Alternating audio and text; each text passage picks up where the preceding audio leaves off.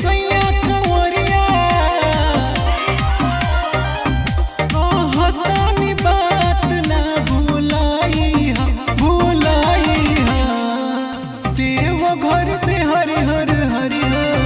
चूड़ी ले आई हा देव घर से हरि हर हरि चूड़ी ले आई हा देव घर से हरि हर हरि चूड़ी ले आई हा।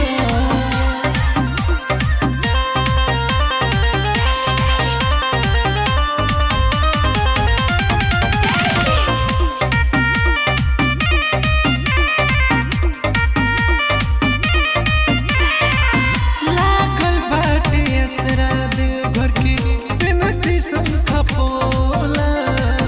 जय शिव बोलती टोला टोला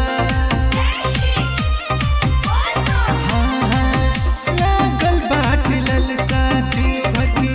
बिनती शंखा पोला